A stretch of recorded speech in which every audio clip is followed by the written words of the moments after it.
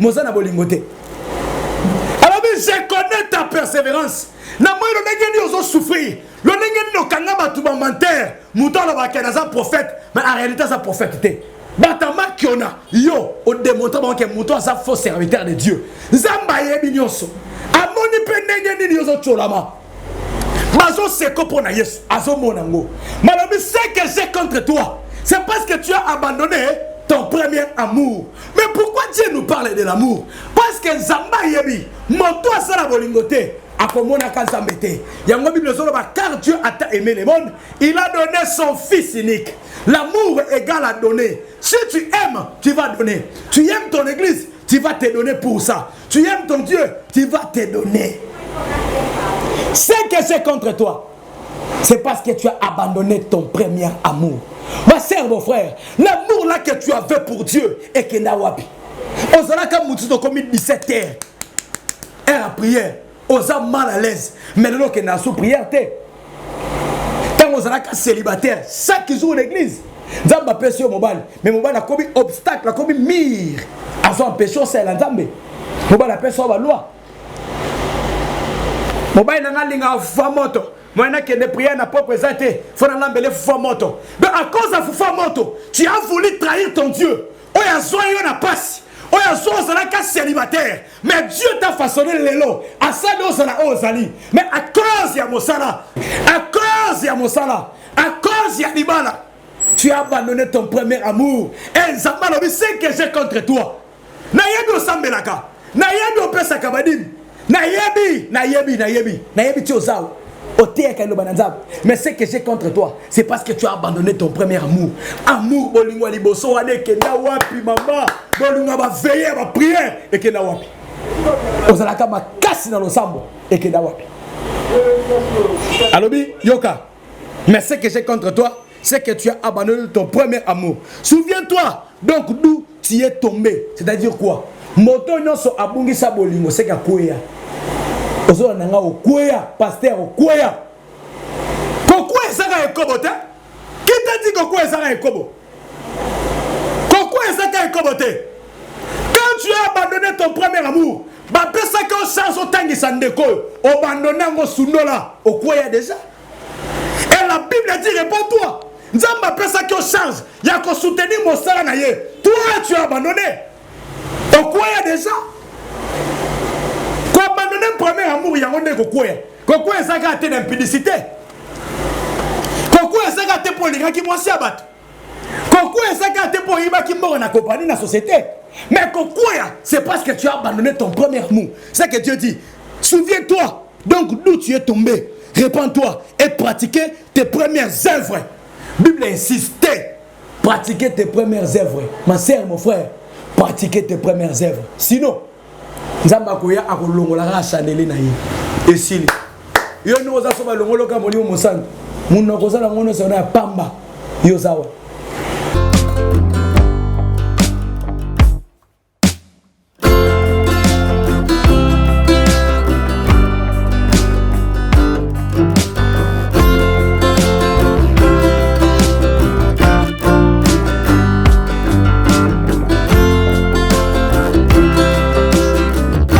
Shalom, shalom à vous les enfants de Dieu. C'est bien moi votre frère, le pasteur Israël Nash. Je vous salue au nom de Jésus. Je suis précisément à Kinshasa. Naza responsable à Ophelina. Jésus est mon papa. Naye liboso na bino pour nous représenter bino bana o bozomo na bilili pe ba difficulté tozanango. Na banaki musala o ça fait longtemps ya koboko la bana selon ainsi dit l'Éternel. Mais ba difficulté ezamingi, difficulté ya loyer parce que tozo foutela et puis difficulté au foot la bana minerval pour to chute au bandaki. To pesa qui avance mais tikali ndambo.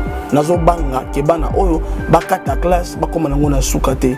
C'est pour cela Dieu m'a mis au cœur na lancé message oyo na batu nyonso biso ya motema malamu basunga bana oyo bozomona na bilili bana oyo bozomona na bilili ndambo na juna rond-point Ngaba ndambo Victoire ndambo Limete et puis ndambo l'état pesingai pona bande kolanga nyonso ba congolais bobi ba réalité nini to passer nango na mboka soki nga simple individu na ndimi kozwa bana oyo na bokola na ainsi dit l'Éternel soki l'état s'est décidé to mona suba fazer na zelate c'est difficile ya osala ngonga moko c'est pour ça na so lancer appel na bana nyonso nzambe pona classe ya bana oyo pona loyer na bango kolata pe kolia na bango na osenga na bato nyonso baza cœur sensible pe baza na motema bosunga ba sunga biso pe ba salisa biso toza na commune ya Kalamu quartier Kauka référence ya monene tokangami na université Kimbangiste avenue comme nango eza Marin le numéro 16 numéro de téléphone na biso pona bato balingi ba contacter biso pona ba détail mosusu eza plus 243 89 72 32 229 nzamba pambola bato nyonso yo ba ko assister biso.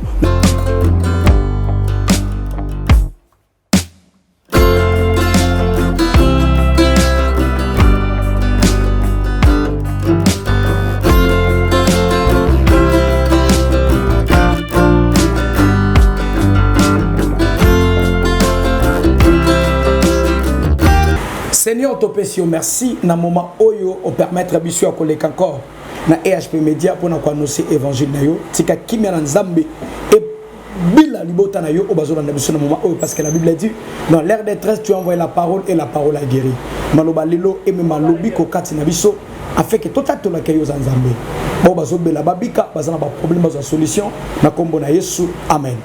Zama pambola bino de partout bozuli bakwa kolanda mosali na nzambe le prophète Grévis oyo nzambe apesi biso à travers notre chaîne EHP Media pour na annoncer évangile de Dieu na pesi mbote pe remerciement na biso na couple EHP Media pour na opportunité pe pour na faveur bosala ki biso soit bosala ka biso à chaque fois il y a le collègue na chaîne au sans condition pour na annoncer évangile na nzambe na pesi merci na bande konoso ba consommer ka produit pe balanda ka biso bandimela ka maloba otolobaka parce qu'il y a beaucoup de serviteurs de Dieu qui passent ici, il y a aussi des serviteurs du diable qui passent ici. Pourquoi pas de dire bandeko ba pesa confiance, ba pesi matoy ya kolona biso tika kimia na nzambe za la partage na bino pe ebila bino. Pourquoi pas dire aussi un grand merci na bandeko nyonso ya EHP équipe technique mobimba to moni papa Dédé papa Charlie ainsi que bandeko nyonso oyo ba pesi biso encore opportunité bazana sima bilili pona koloba na tina ya parole na nzambe na pesi merci pe bambote na biso na mama social ainsi kazali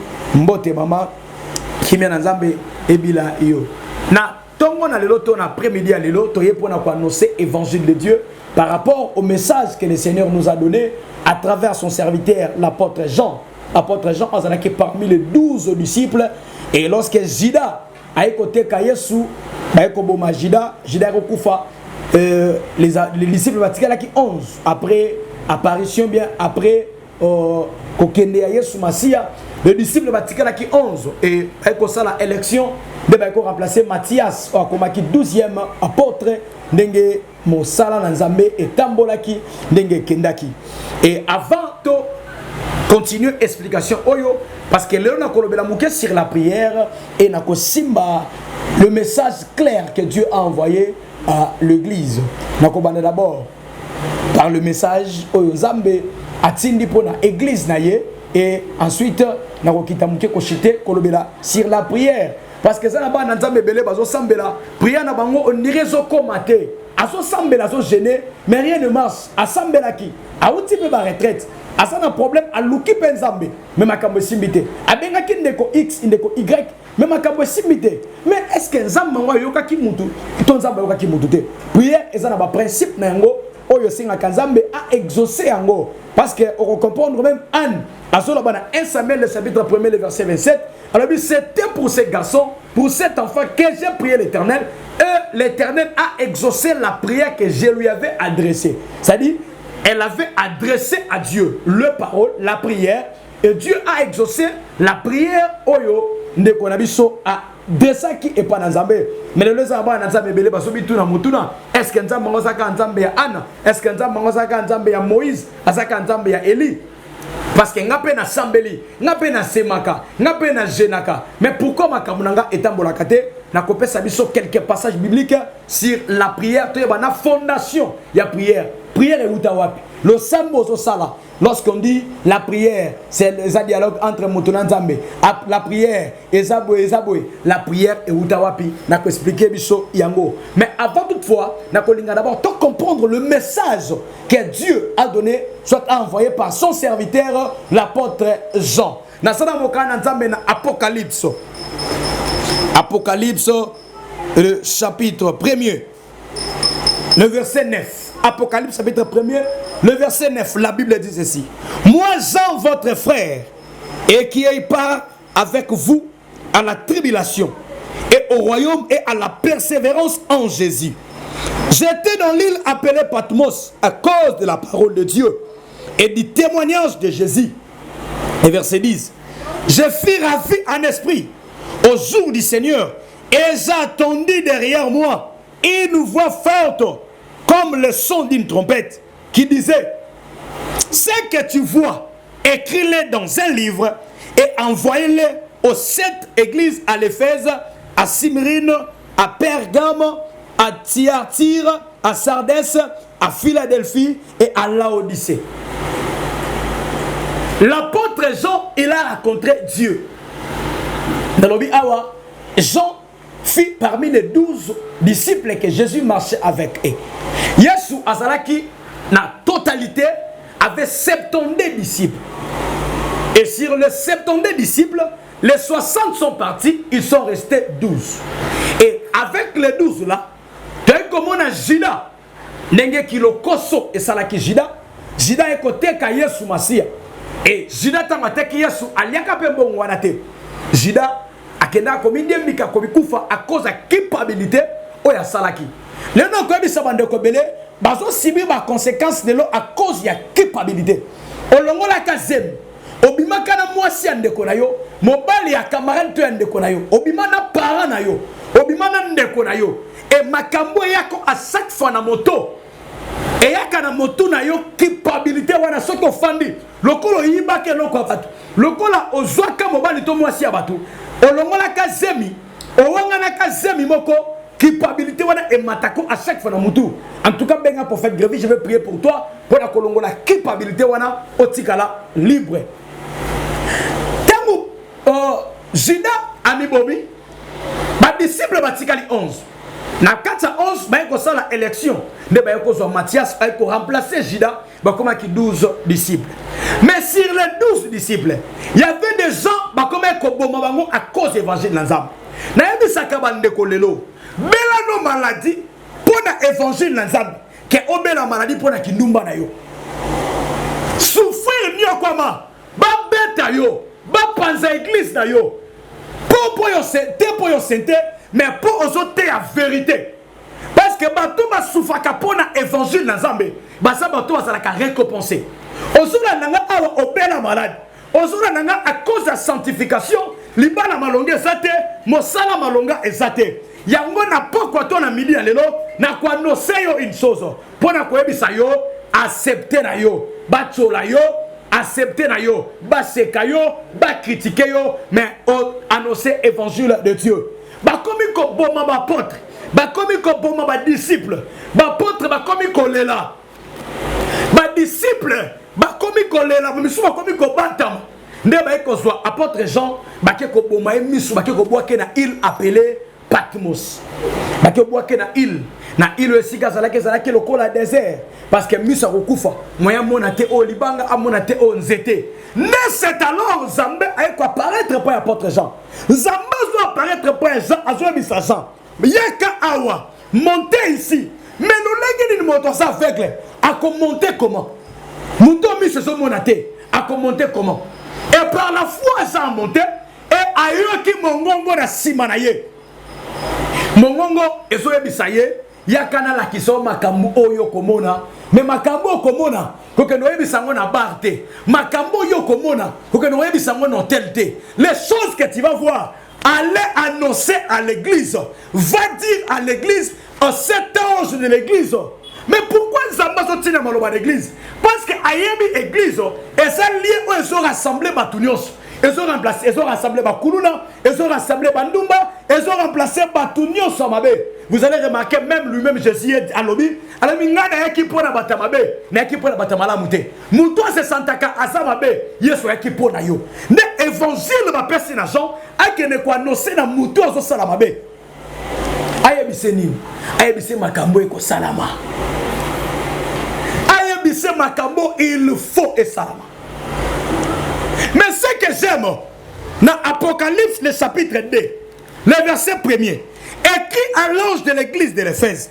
Voici ce qu'il dit, celui qui tient les 7 étoiles dans sa main droite, celui qui marche au milieu de 7 chandeliers d'or. Je connais tes œuvres.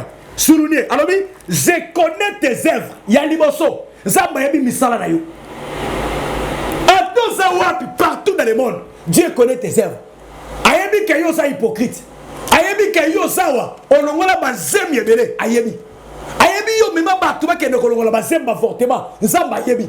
Alors oui, je connais tes œuvres. Je connais tes œuvres. Ton travail. Et ta persévérance. Je sais que tu ne peux supporter le méchant, que tu as éprouvé ceux qui se disent apôtres et qui ne le sont pas, et que tu as tu les as trouvés menteurs, que tu as de la persévérance, que tu as souffert à cause de mon nom et que tu n'as point laissé. Mais ce que j'ai contre toi, c'est que tu as abandonné ton premier amour. Ce que j'ai contre toi, nayebi persévérance, namona kaba fonde na yo, namona kaba semas badim, namona ka nengo sala kaba geste akosunga ba orphelin, namona ka oyiko pesa mutumbo, oyiko sunga orphelin, mozana bolingote. Alors je connais ta persévérance. Namoyo ndenge ni ozo souffrir, le ndenge no kanga batuba menteur, mutala ba kenaza prophète, mais en réalité ça prophète té. Batama kiona yo au démontrant que muto sa faux serviteur de Dieu. Zamba yebi nyonso. Amoni pendenge ni yozo cholama. Mazo seko pona Yesu, azo monango. Malobi c'est que j'ai contre toi. C'est parce que tu as abandonné ton premier amour. Mais pourquoi Dieu nous parle de l'amour? Parce que Zamba yebi, moto asala bolingote. Car Dieu a tant aimé le monde, il a donné son fils unique. L'amour égal à donner. Si tu aimes, tu vas donner. Tu aimes ton église, tu vas te donner pour ça. Tu aimes ton Dieu, tu vas te donner. Ce que j'ai contre toi, c'est parce que tu as abandonné ton premier amour. Ma sœur, mon frère, l'amour là que tu avais pour Dieu et que Nawabi. On s'en a comme 17 heures. Heure à prière. On a mal à l'aise. Mais nous qui sommes sous prière, quand on est célibataire, chaque jour l'église, nous avons péché au mobile. Mais le mobile a commis obstacle, a commis mire. À son péché, c'est l'entendre. Le mobile a péché la loi. Le mobile n'a pas de moto. Moi, je ne prière n'a pas présenté. Il faut l'embellir moto. Mais à cause de la moto, tu as voulu trahir ton Dieu. On a soigné la passe. On a soigné célibataire. Mais Dieu t'a façonné le lot. À ça, mais à cause de Mosala, à cause de Mosala, à cause de Nibala, tu as abandonné ton premier amour. Et Zambalo, c'est que j'ai contre toi. Nayebi Osambelaka, Nayebi Opesa Kabadim, Nayebi Tiozao. Mais ce que j'ai contre toi, c'est parce que tu as abandonné ton premier amour. Amour, bolingwa liboso ade kenda wapi mama, bolingwa ba veiller ba prière et kenda wapi. Ozalaka ma casse dans l'ensemble et kenda wapi. Alobi Yoka. Mais ce que j'ai contre toi, c'est que tu as abandonné ton premier amour. Souviens-toi donc d'où tu es tombé. C'est-à-dire quoi? Moto nyonso abungi sa bolingo c'est ka koya. Ozo nanga okoya, pasteur okoya. Pourquoi ça va ekobo te? Qui t'a dit pourquoi ça va ekobo?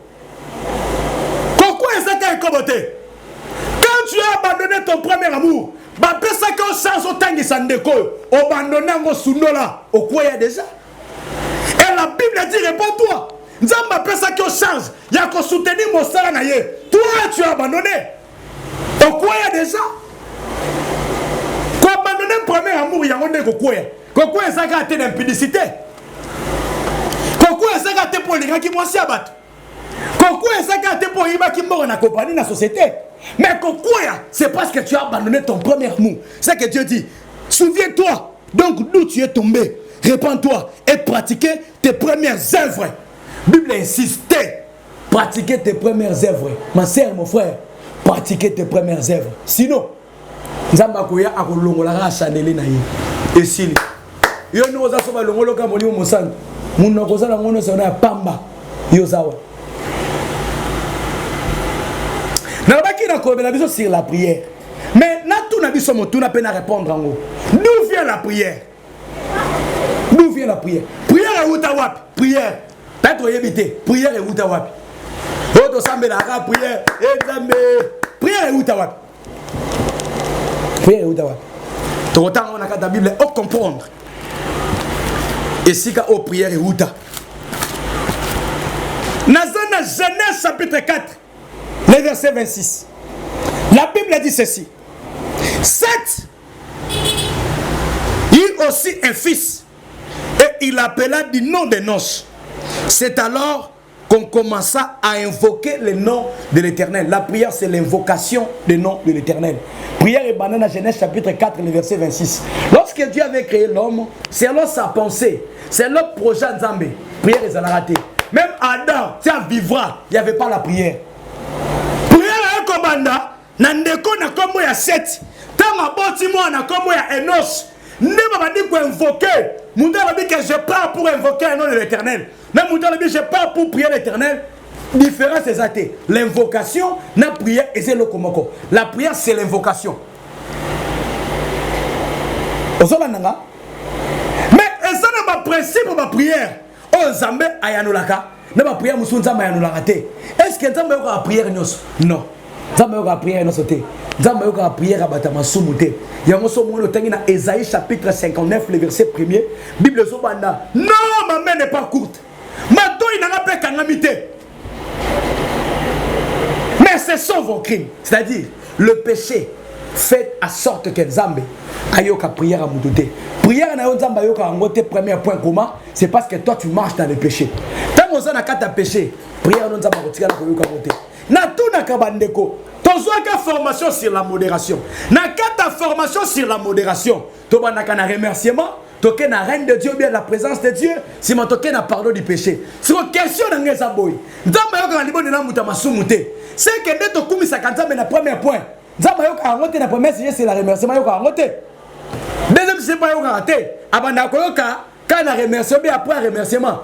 Non, c'est pour vous dire le pardon du péché et à cause de ma l'église.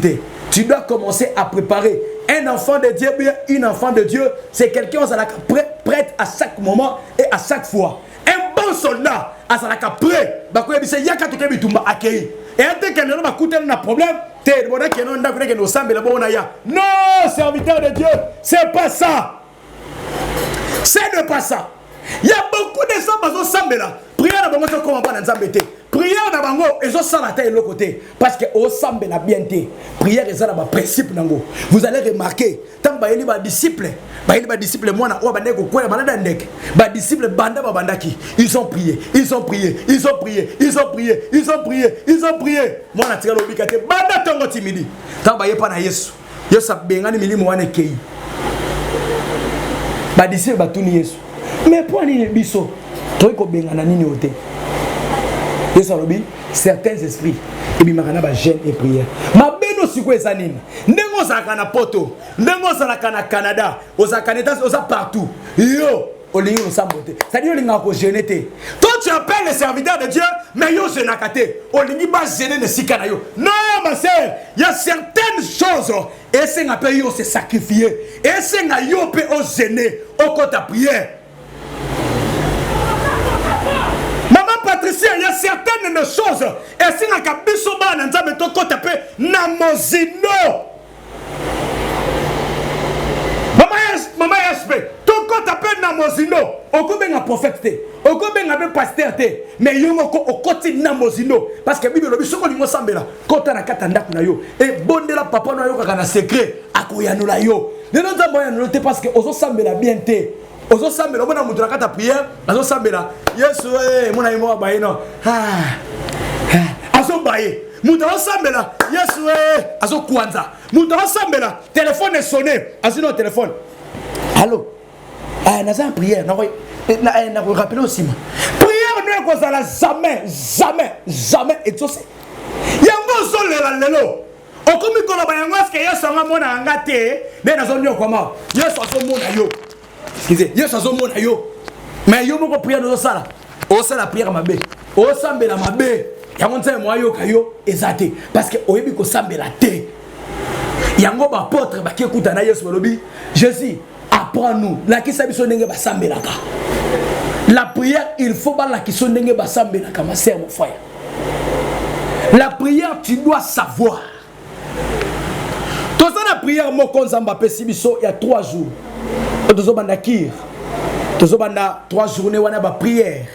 Et ça de 17h à 19h, de 0h à 2h, de 5h à 7h. Et ça va qui va prier de 5h à 7h, tu as le sous de 17h à 19h, tu as le sous de 0h à 2h. On s'en a ma de simbate. On s'en a ma cambo tambo la catech aux arbres. Le connaît pas de quoi X simbakité. Y est simbité. Aussi ma boko kani ma boko. La Bible dit quelqu'un parmi vous est dans la souffrance qui lui prie. Il y a kato lukana nzam. Il y a kato sambela nzam. Il y a kato bela nzam pour la citation là yo. Je crois que le Seigneur à travers la chaîne O a causé ngate ko salo bolam. Na lengi to sala prière oyo na simananga ndenge nzambe azomemela biso. Yo bongwanite nzambe. Yo bongwanite Yahweh. Papa na lola yo bongwanite Yahweh. Kita yo sala yo bongwanite Yahweh. O sembola loboko yo bongwanite Yahweh. Kita yo sala yo bongwanite Yahweh. Papa na lola yo bongwanite Yahweh. Sembola loboko yo bongwanite Yahweh. Na ningo sala prière na simananga.